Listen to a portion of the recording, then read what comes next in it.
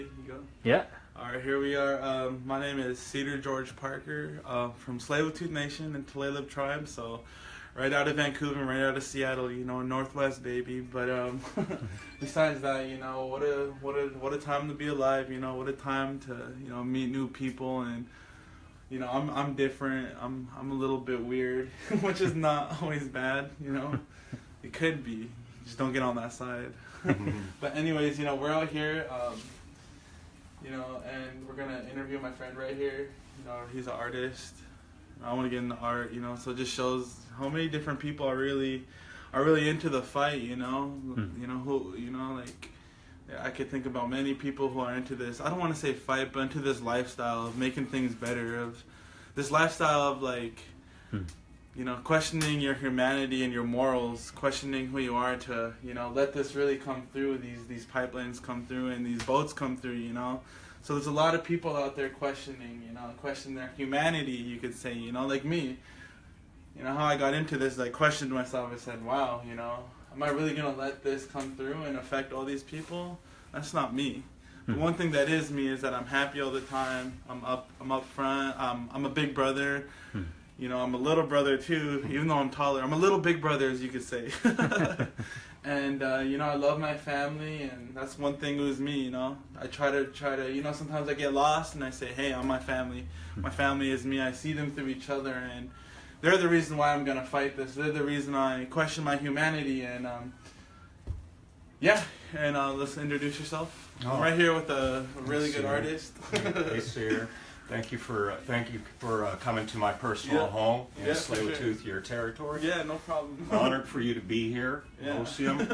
And I'd really like to show you and your viewers today about the Crabtown Pachinko Pagoda, which is an art project that I'm doing as a photographer and an anthropologist, and I'm putting on top of the Kinder Morgan pipeline. So I hope your viewers are interested in it, and I'll be happy to walk you through. All right, so like, tell me, like, damn, you're gonna put it right on the Kinder Morgan. Your art, whatever you do, you're gonna put it right on the Kinder Morgan pipeline. That's the plan. It's right here within your traditional lands, over here in Confederation Park. All right. About 3 or 4 blocks away from us right now. And where are we? We're in Vancouver Heights. We're near the P&E. We're looking out across Burrard Inlet. Second Narrows Bridge is right there, and Tsleil-Waututh lands, of course, span across through here, and over the inlet on the other side near my house is the outlet for the proposed Kinder Morgan expansion route and the pipeline terminus at the Chevron refinery. So the plan is to erect a public art pop-up project in relation to the exhibit, in relation to the exhibits, in relation to the pipeline.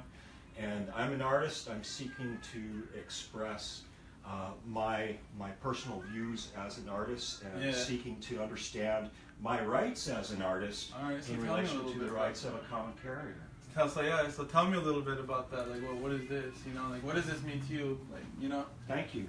This is one of my photographs. I work all in medium format film. No digital alteration whatsoever. It's all light-based photography on medium format film. I usually work with double exposures of overlapping images to overlap themes and contexts and ideas is what I'm trying to do.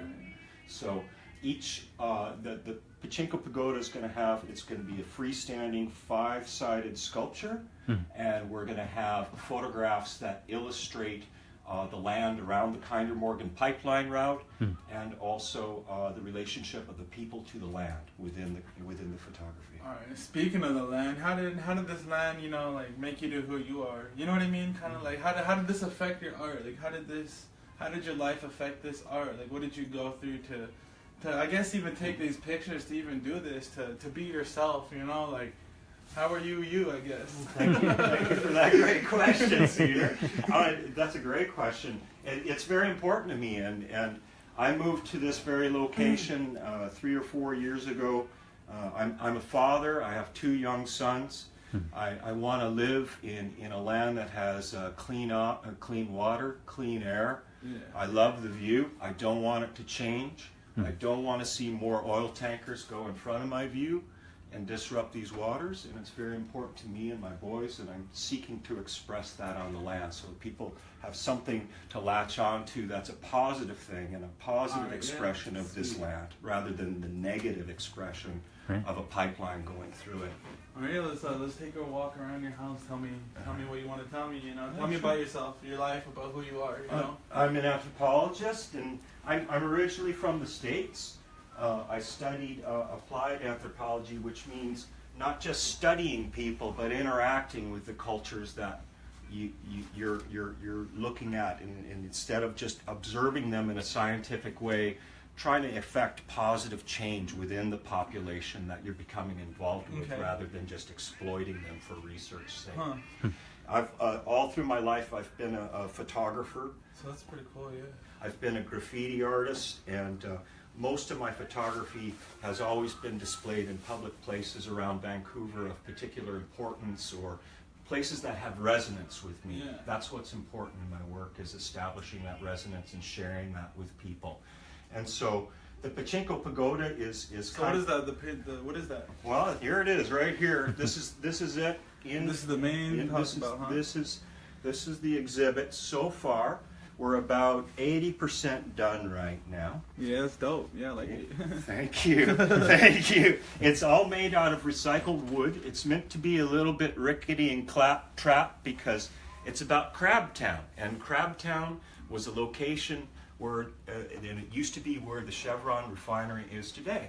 And Crabtown was directly across the inlet from the Tsleil-Waututh Reserve, and it was made up of Chinese people, white settlers, some First Nations, all fisher people that established this claptrap, ragtaggle community right on the water before Chevron came in, and not Chevron, it was Standard Oil at that time, I believe, and evicted them in the 1960s. So that history is part of the location. Crabtown was a functioning community, it had running water. All these people built it out of just crazy claptrap wooden materials. It had running water, steps, and a real sense of community. They interacted with the Tsleil-Waututh all the time, shared and fished and crabbed down there, and that's why it was called Crabtown. So that Crabtown influenced this most? Yeah, because that's the location of where it's actually going to be. It's going to be on the Kinder Morgan pipeline, and on top of where the refinery is today, where these people used to live, and these settlers and First Nations used to live in harmony. Sweet. So what we have here is a 5-sided Pachinko Pagoda. All these, this is all made out of materials that I've hooked and crooked and traded for and got for free, gotten out of dumpsters.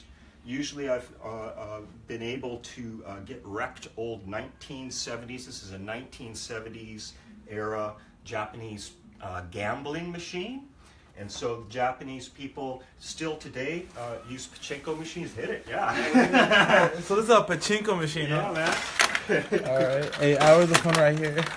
Maybe a little bit. So it's gambling. Yeah, it's total gambling. And so we're talking about engaging people in a think exercise about where the pagoda is, the gamble of the use of the lands on which they're on, and seeing it with the photography to direct people in that regard.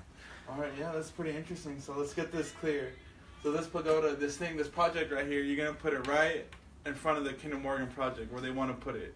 Right now, the proposed location, or at least the location I have in mind, is going to be at a location called Rainbow Creek. Rainbow Creek in So Confederation that's Park. where we're going to stop the Kinder Morgan project. Well, and this is on Rainbow Creek is right between the Chevron refinery and the outlet of the pipe. There's an ancillary pipeline there with a public walk path in the park over it. So I'm going to stick it right there. If the city of Burnaby and Chevron decide to move us, we're going to move it to another location on top of the pipeline route, and we'll go from there. Yeah, that's awesome. It's a really good place to walk your dogs down there. Yeah, that's right. It's so walk your dogs, right? Yeah. And the pagoda, I'm excited to say, with help from Sacred Trust, I got hooked up with the portable power people, Mark Rabin and Rabin and Associates, and they're going to provide us for the term of the exhibit with a solar panel, so we can be all off-grid, and a battery unit, so this thing will power itself from the sun, making an additional statement Very about cool. the Oh, wow. use of energy. Huh. Yeah. So this is just a piece of you of lifestyle, huh? So this is right here is just practically a big lifestyle, you know, just like this is kind of like putting a piece of yourself right in front of it, right?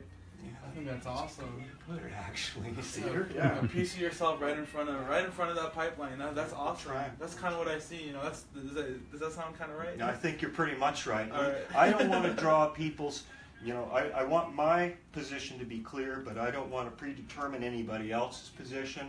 But it's a pretty clear statement about the gamble that these lands are in. Wow. I want the viewer to come to their own determination of what they think of the Kinder Morgan line when they stand on these lands and think about how they're being used today for this art and the nature around us and the beauty versus how it's going to be used potentially in the future. So yeah, I think it's really interesting, all these people I interview, and now we get to come see an artist, you know.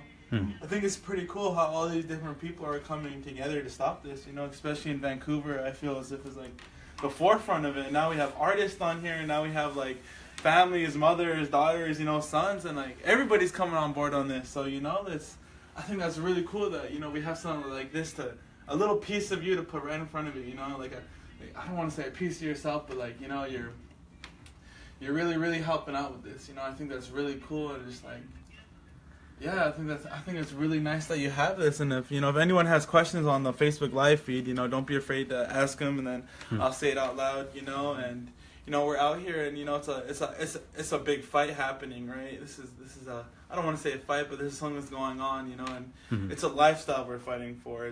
We're fighting from the soul, you know, and that's really what's going on with this Kinder Morgan project. You know, they're really challenging our humanity, you know, but through that, you know, we give them our humanity back through our art, through our soul. You know, we're gonna fight. You know, we're gonna fight that with our humanity, or with who we are. And you know, I think that's pretty cool that we have this, because like we have the art going on, and we need more of that. You know, we need people to stand up and put themselves out there, because this is a lifestyle. You know, he's sharing his lifestyle with us. You know, I'm sharing my lifestyle, and you know, that's what it's all about. So like, tell me about your lifestyle then, I guess. Like, tell me about your life, and, you know, tell me about your art, you know, everything you want to say. Tell me about you, you know. Thank you.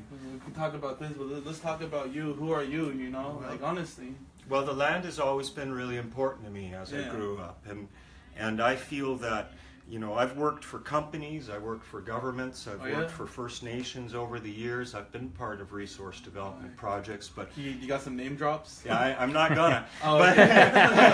They'll know, but what my point really is, Cedar, is that over the years, as you get older and you learn, you know, you're a much younger man than me, but I can tell you already see this.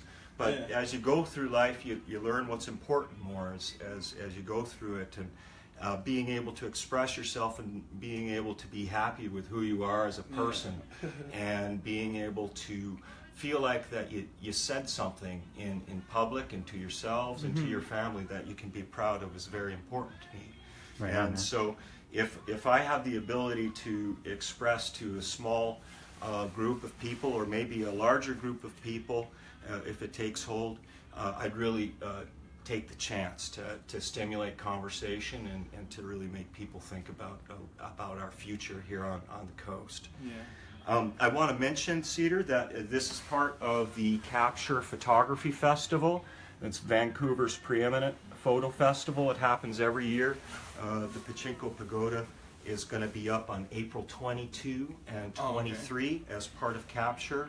And I'll give you all the details to pass on if you don't mind. Hey, Craig, can you tell us, I know you got a GoFundMe to help make this a reality, yeah, right? Thank you. Where can people find that? Or maybe we'll just post the link to it. Thanks. Yeah, it's GoFundMe.com /Crabtown Pachinko.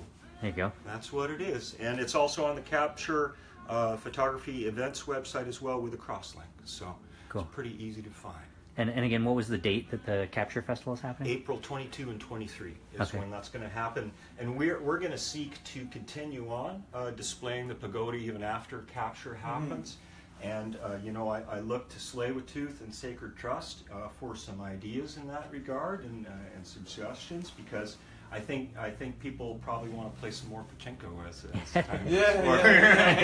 Yeah, it's a lot of fun, right? Yeah. I'm looking at all the colors. It's pretty cool, you know. Like all the gambling. So why did you choose this? Well, the Like, the pachinko machines just they're almost kind of a whimsical thing, but also in Japanese culture in the past, probably not today so much, I would say. Pachinko machines were often used to launder money and to move money through the system, and so you'd gamble on the machine and you'd be able to cash in a token somewhere else and get something else. And so the pachinko machines are a way to engage the viewer, have them have some fun, actually truly gamble a little bit while they're engaging with the machine. And I had a great time restoring these things. I think we should take a shot, have you take your camera and take a shot on the inside of this thing, and show the viewers what it looks like, because it's actually really, really cool. All right, so right here we'll show you what it's in the inside. Yeah, man. It's crazy in there. It's crazy. So yeah, you got all that all part. by yourself by hand? Yeah. And we got this part over here. Right? Where did you get them? I got them from Yeah, we got the art garages up and there. basements. I traded art for them mostly. Oh, really? Yeah, cool. Yeah. And so you were saying you're It's gonna lit. put different It's lit. photos in these like sort of photo display It's lit. areas here. Yeah. It's lit in here. Oh, that's the same piece. Yeah, that's over there, that right? piece, Yeah. right? So they're going to be So much this better piece than this. is this piece over here. We're just getting started with the photography right now. I have them all ready to print, so they're all going to be transparencies, backlit. The machines will look beautiful nighttime when they're backlit with the solar power grid Nice. that we're going to have in place, and they're all live. People can play them. This one doesn't have any balls in it right now, but you just have a good time playing. Oh, wow. Jackpot, right? Jackpot. It's very satisfying when you get a jackpot. So yeah, So we'll have. I feel like it's Can I say my little perspective from my view? Yeah. I feel like it's kind of like it's pretty cool because it's like you're gambling, right? And then like no, really, like it's a gamble, right? And it's like you never know what's gonna happen. So it's just like it's kind of like with the Kinder Morgan project. They're kind of gambling our inlet, you know. They're kind of gambling our forests, you know, our waters, our hills, you know what I mean, our streams, our water sources. They're kind of gambling that. So I think this is pretty damn cool right here. That piece you were just saying about laundering money is kind of an interesting tie into this too, right? Like, Kind of funny. I mean, it's like all of a sudden become a big part of this conversation. This whole idea of like Christy Clark taking all this money from the oil and gas. That's right. You know, I mean, that's like could be the defining issue of this election, really. I mean, you know, she's raised more money from big corporations than anybody in the history of this province. You know, $700,000, something like that, from Kinder Morgan and their she's friends. nuts. Right? And I mean, there was just a group of environmental groups yesterday, the day before, and some other citizens groups who were asking her to return that money to the company to show that she's basically not beholden to them. Wow. I know Dogwood Initiative just bought billboards that are going up all over BC that say permits for sale, you know, showing you know, basically money being handed off. So I mean, I think you're you know, touching on a nerve right now, you know, like that idea of like as Cedar was saying, like literally gambling with this inlet and its future and all of our futures, really. Yeah, for sure. But also just the connection between the money, you know, and how that's exchanging hands and what the implications of that. I think there's something there too. Well, it really is all about money. And you know, I'm apolitical. I've never been political. I'm an artist, not a politician. I'm an anthropologist, not a politician. And you know, Justin Trudeau, when he got in, we thought he wasn't going to stand for the pipeline. Yeah. Christy Clark, she talked about her 5 conditions, and none of them were met, as far as I'm concerned. Yeah. And so I think real people aren't confused, and real people are clear. Yeah. And real people want clear water and clear air, and I really think that folks maybe will wake up, not just politically and not just get the masters and the henchmen and the people out, but also change their perspective as well, and have whole societal change. And that's really what we're after. And regardless of what happens in the election, and I really think there's going to be some big changes in this election. I think having our culture change as part of that at the same time is what's really important to us. Yeah.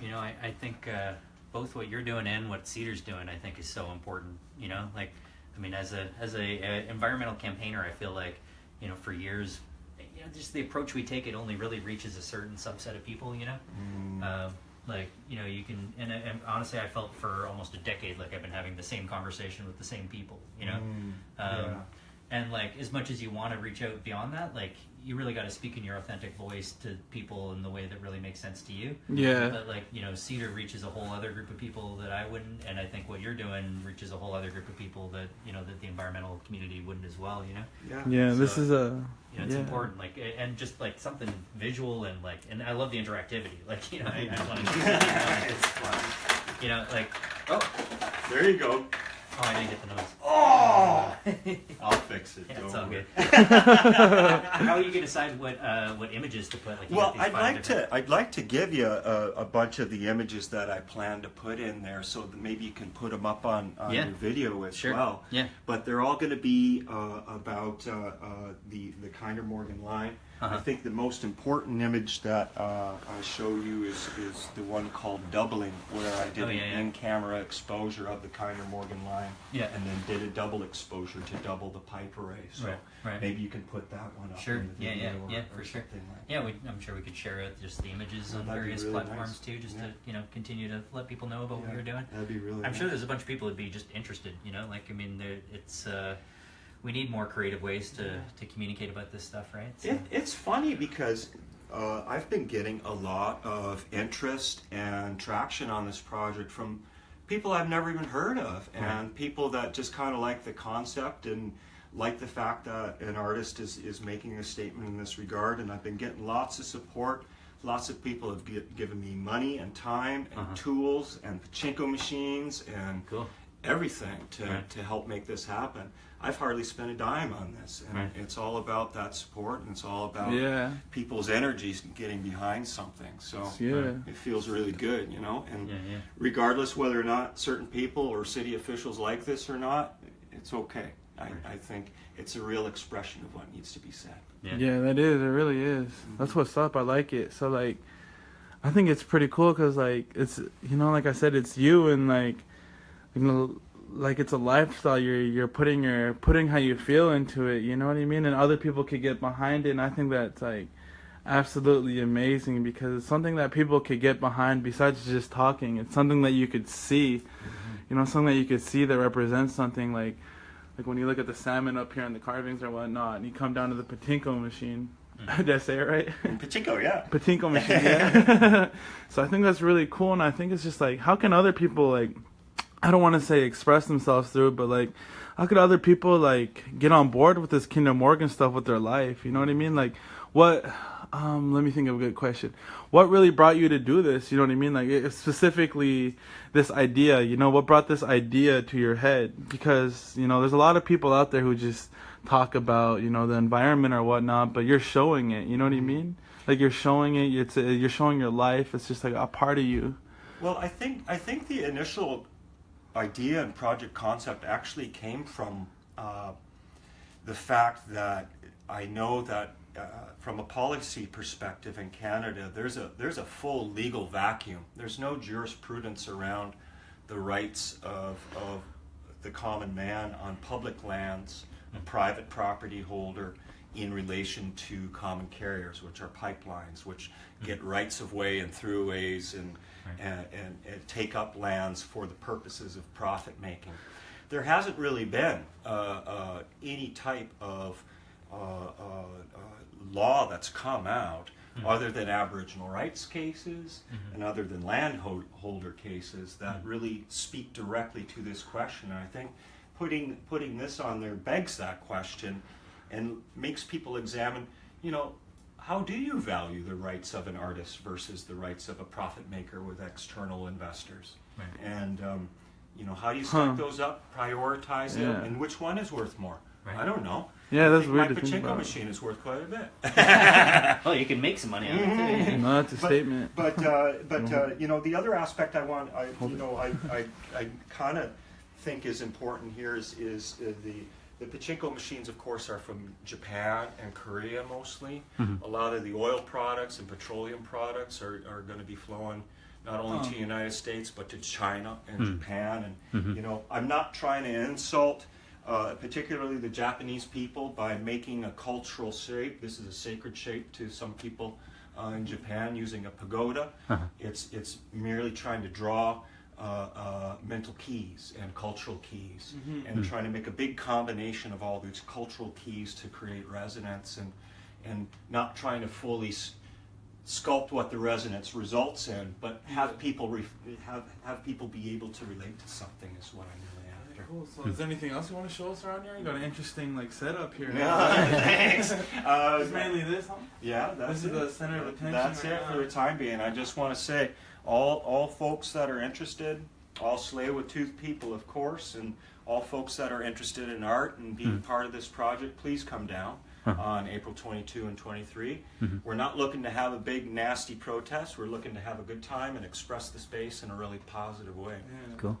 And again, sorry, tell us where and when again? Just Confederation Park, which is right near the Chevron refinery in North Burnaby at the end of Willingdon. Right. And there'll be more details on the exact location as we get closer. But Cool. look towards Rainbow Creek to start. Okay. And then Yeah, we'll put something in the comments too. We'll Yeah. definitely put something in the comments. we'll definitely link to the GoFundMe, and, Yes, and we could thank put a you. Google Map location. And update Yeah, it so when it's closer. practically it's just saying, it's someone saying who's here, like for example, I really like what you're doing because it inspires me to do something too, because I'm kind of into clothing a little bit, and this really inspires me to do something that expresses me, because I live here, and I have ties to the land, and I wanna do something more than just talking about it or getting people involved. I want it to be like a movement or whatnot, like an art movement, and this really inspires me to this idea I had to make a breaking status quo sweatshirt with red letters going down in a backwards triangle. So it's just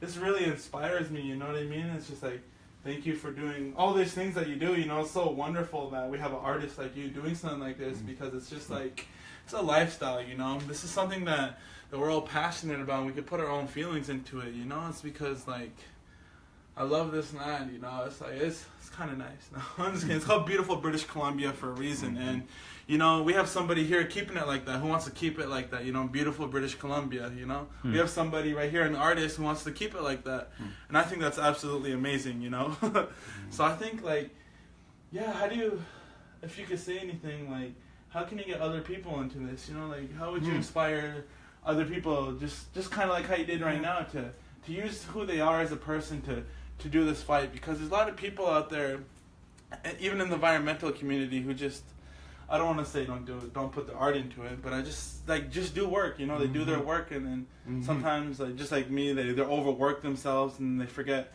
kind of their inspiration inside themselves. So it's just what would you say to the people out there who have something within themselves that just want to get it out, like you?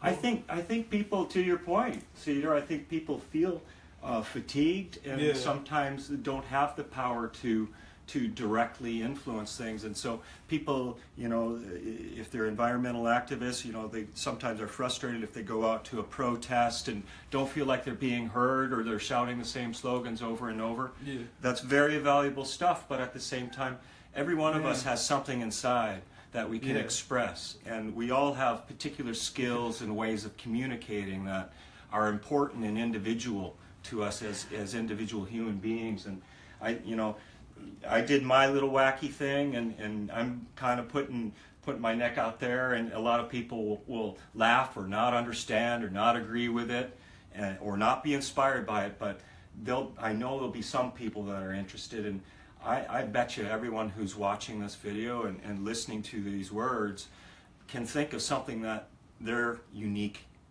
ability is as a person, and what they can do to apply it to whatever their priority is in this struggle to keep our planet from changing from what it is today to something a whole hell of a lot worse.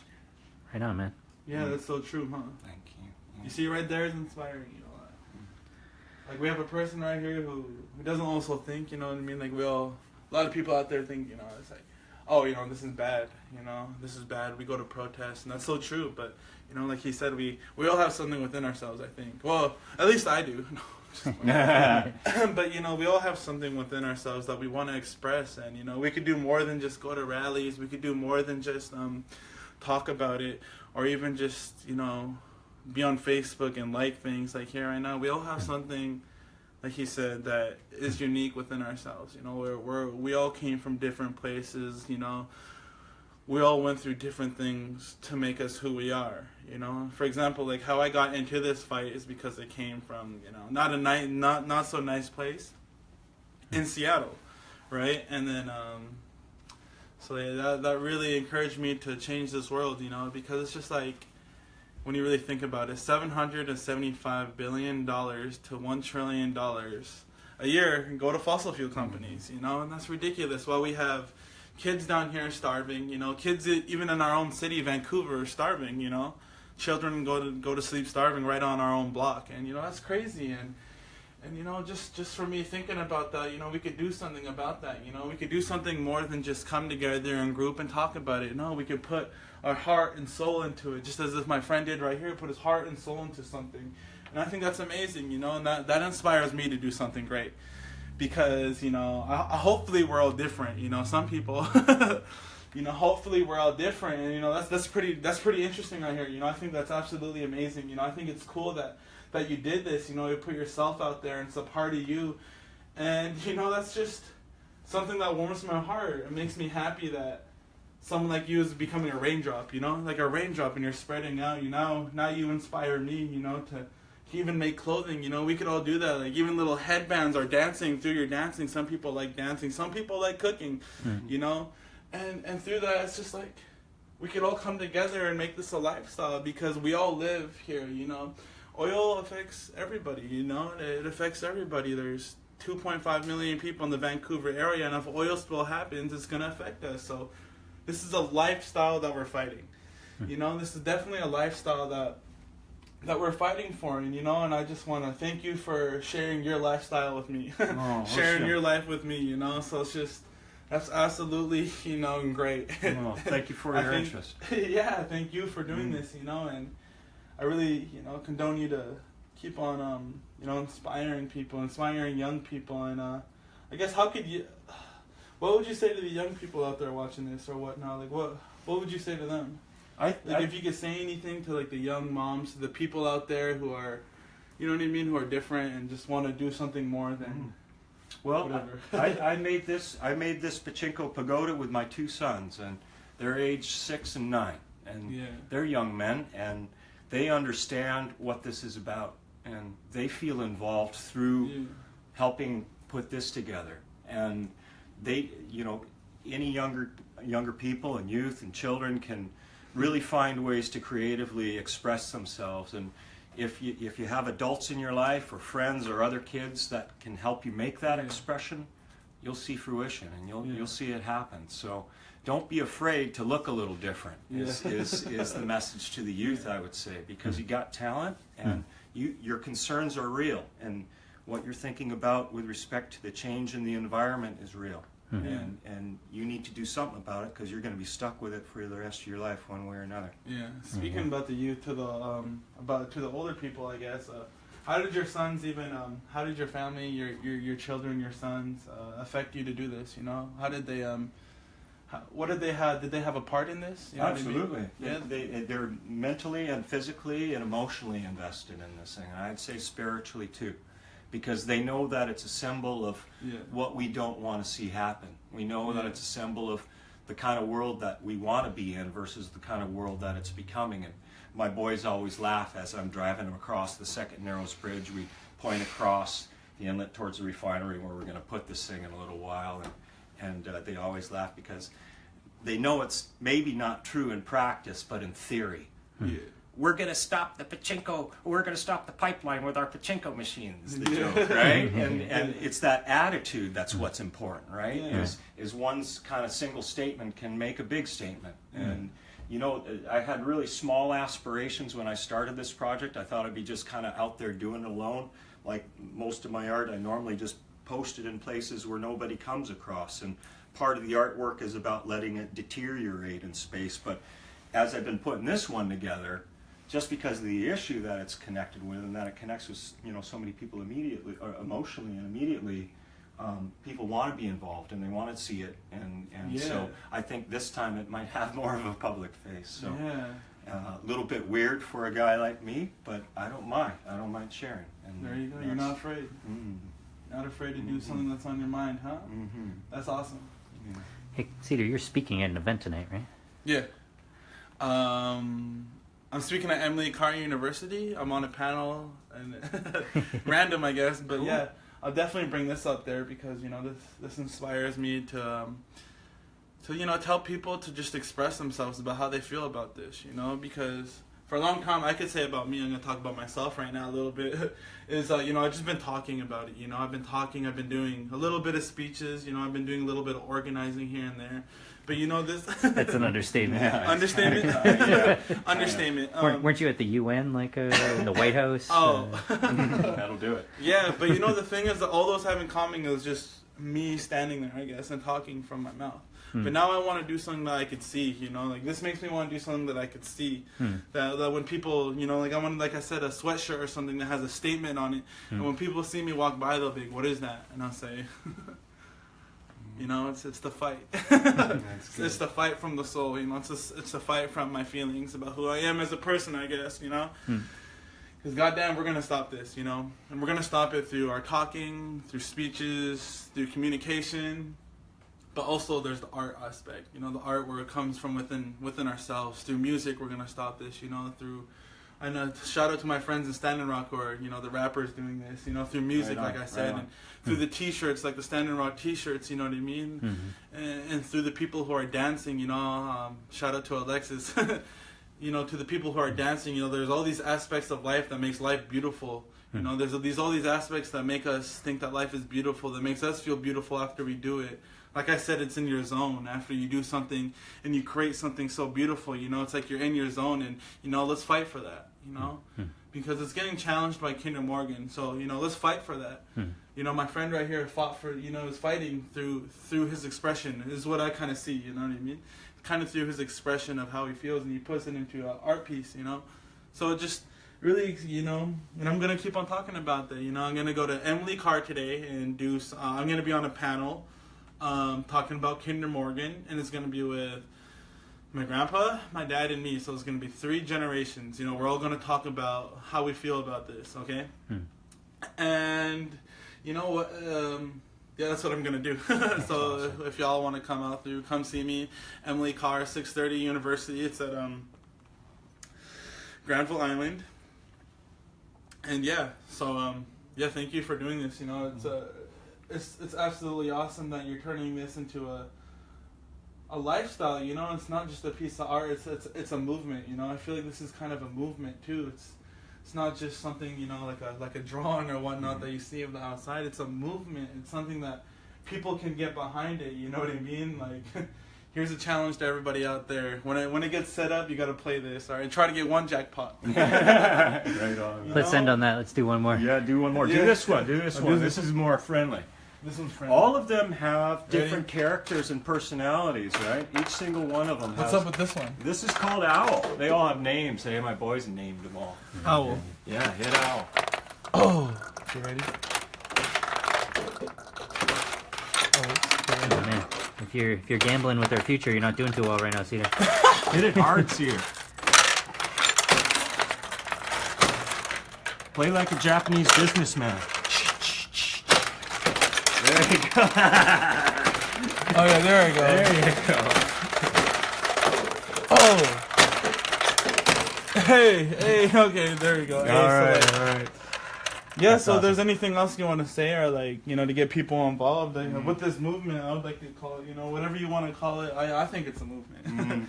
So like, what else do you want to say, like, to people out there watching, you know, and how this makes you feel or whatnot, or how this can start something different, or how people could, you know, get on that lifestyle, you know, get on their lifestyle, and I guess mix it up with a movement, you know, like a lifestyle, mix it up with the lifestyle, art, who they are, to mix it in with the movement and how they feel. Yeah, folks can look at this as an example. They can look at you as an example. Your change, your movement, your transition as a human being, and the words that you have are very important. So I think people can look at examples, but they can also look within to their hearts and their own skills, and just find ways to take a dare and to come out and to do something and include people around them in doing that. And more often than not, you won't find doubt, you'll find support. And that's what I've been finding through this project, is there you support. go. I like so it. I think that's very, very good. And I just want to say thank you for being here. Yeah, and no problem. I'm honored you're here. I'm honored for your attention, and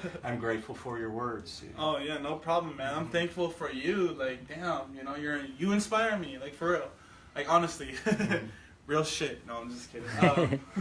No, for real, it really inspires me. Like what you just said right there. To look within myself, look who I am as a person, look at my movement and the things that I went through. You know what I mean? Through the heartaches, through the good times, and I want to put that into something now. I want to put those feelings not through just my words, but something that you can see, And, watch out. I'm going to start making a clothing brand. That's awesome, dude. All right, so is there anything else you want to say? No, thank you. I thought that dare was the perfect way to end it. I dare you to come out and be part of it. Dare you to take a little step outside your comfort zone and do something that, might be a little risky, but is, put yourself out there. Right on. That's great. Yeah. Thanks so much, you guys. Oh, thank you. There you go. Thank Like the you. dare again is here's the challenge. We're gonna make this a challenge, all right? All right. You gotta come get a jackpot. It's you gotta come here at least play a couple times on the That's route awesome. of the pipeline. That's Come a down, challenge. play some right. pachinko. It's gonna be hard. It's gonna Whoever's be hard, watching, but we dare We're you. gonna have a good time.